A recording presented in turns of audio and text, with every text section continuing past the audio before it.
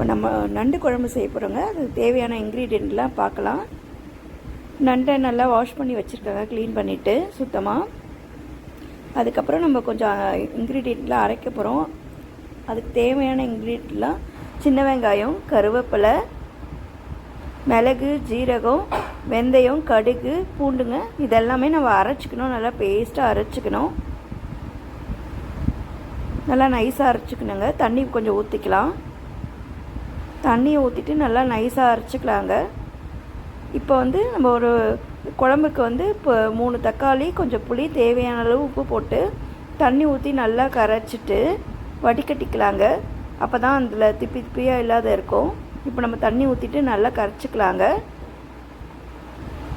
நல்லா கரைச்சிட்டு நல்லா அது இதுவான பிறகு வடிகட்டிக்கலாங்க.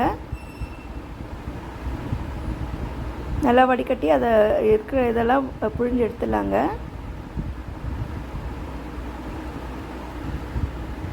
இப்போ அதுக்கு தேவையான மஞ்சள் பொடியும், உங்களுக்கு காரத்துக்கு எவ்வளோ தேவையோ அதுக்கு மிளகாத்தூளும் போட்டுக்கலாங்க. நான் ஒரு 3 ஸ்பூன் போட்டுக்கிறேன்.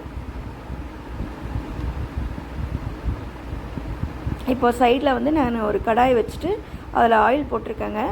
ஆயில் சூடானோடனே நம்ம கடுகு போட்டுக்கலாம். அது கொஞ்சம் வடித்தவொடனே கொஞ்சம் வெந்தயம் போட்டுக்கலாங்க. இப்போ நம்ம நறுக்கி வச்சுருக்க சின்ன வெங்காயமும் கருவேப்பிலையும் போட்டுக்கலாங்க.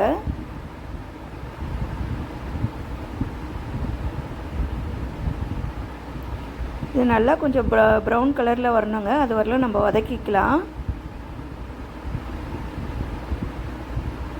அப்போ தாங்க அது நல்லா டேஸ்ட்டாக இருக்கும்.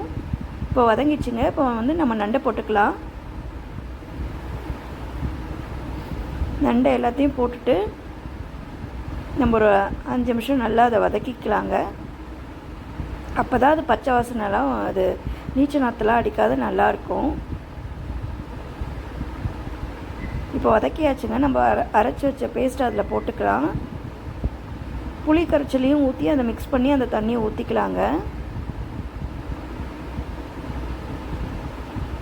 இப்போ இந்த தண்ணியை ஊற்றிடலாம் ஃபுல்லாக.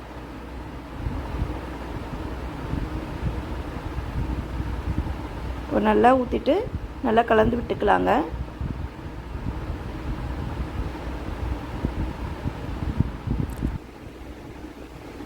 இப்போ கலந்து விட்டுக்கலாங்க. நல்லா ஒரு 20 மினிட்ஸ் நல்லா கொதிக்கணுங்க. நல்லா கொதித்து சுண்டிடுச்சுங்க. நல்லா குழம்பு திக்கானோடனே நம்ம இதை ஆஃப் பண்ணிடலாங்க. இப்போ ரெடி ஆகிடுச்சுங்க. நம்ம ஆஃப் பண்ணிவிட்டு சர்வ் பண்ண வேண்டியதாங்க. இப்போ ரெடி ஆகிடுச்சு.